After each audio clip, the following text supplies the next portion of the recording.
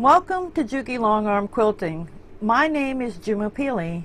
Some of you may already know me as one of the admins on the Juki Longarm Quilting group on Facebook.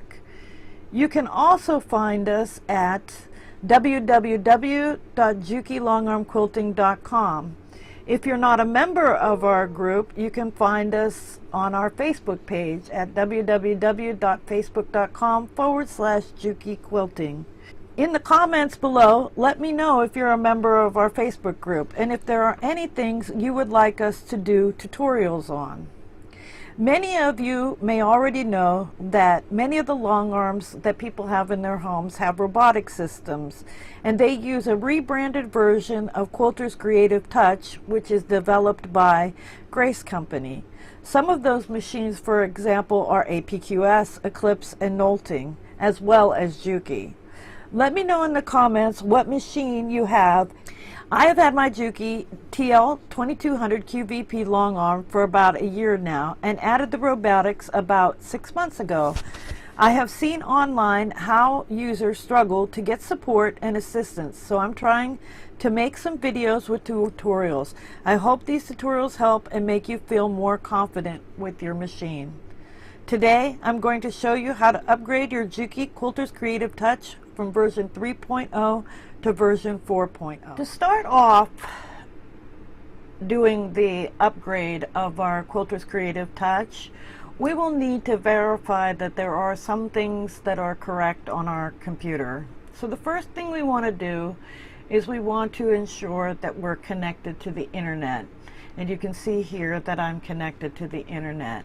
And then the next thing you're going to want to do is you're going to want to click on the start button and open up settings, and you're going to look for update and security, and you're going to check and see if there's any updates available. At this time I don't have any updates available, or actually I do. So I'll go ahead and I'll install these updates, and while those are installing we'll take a break and I'll come back after these have been installed. Once you have rebooted, just to be sure, go into your settings, select updates and security, and make sure that there are no updates that need to be done. It looks like I still need more done, so I'm going to say install now again. And this may happen a couple of times and you'll have to reboot, but you can see that these are starting to install.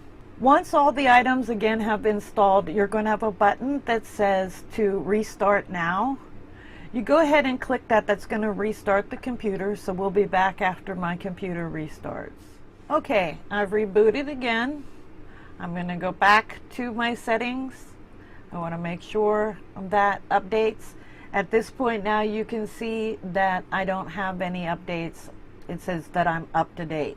Now that we're all up to date, we're going to open up Quilter's Creative Touch. Mine still needs to be registered. I loaded this on a new computer so that I could do this video. So I'm going to ask it to remind me later. I'm going to run in simulation mode. And this is going to kind of be a little funky because I'm recording it from one computer to another to the recording software, because I want you to be able to see everything. I'm going to choose help from the menu once we have the main screen open, and I'm going to go to software updates, and I'm going to update now from online files. I'm going to choose the latest version. Now the numbering may be different for you depending on when you do this update. Don't worry about it. Whatever is the latest number or whatever they have there, go ahead and run the update. It's going to download, and this doesn't take very long, so we're just going to let it go without me stopping the video. You'll find that your internet, depending on your internet connection though, is how long it will take. Now you see it comes up with a window that says, do you want to allow this application from an unknown publisher to make changes to your computer? You're going to choose yes. And now you're going to start to run through the wizard. So you'll select next. If you want to, you can read the agreement. I know almost nobody ever does, but you can if you want. So accept the agreement and press next. You're going to want to put it in the default folder. You don't want to change anything on this. It's going to ask you, tell you that it already exists, and would you like to install in this folder anyway, and you say yes. Click next again. You want to go ahead and create the desktop icon. That would be the icon like this. That makes it easier for you to get into your program. You're going to click next. It says that it's ready to install, and you're going to click install. And this doesn't take very long, so we'll go ahead on and let it run through this.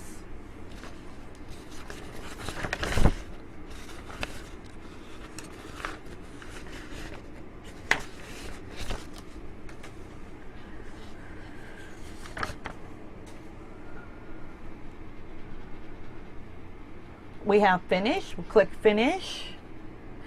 And now what we're going to do is we're going to double click. You'll see that the icon actually changed. Now it says QTC4.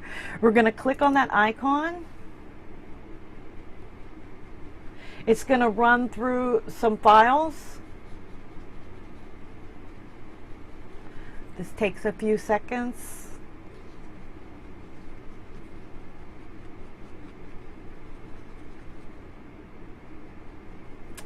We're going to click on load drivers.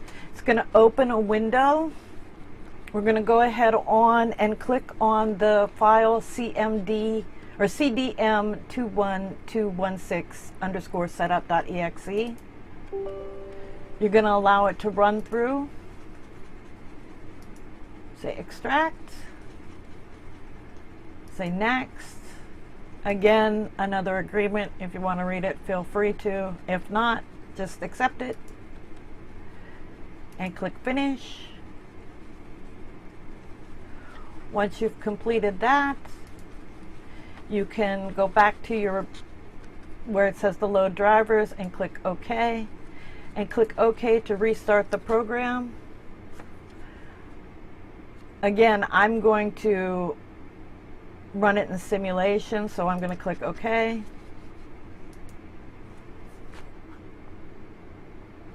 It's asking me to upgrade or to put in my key. I'm going to say no.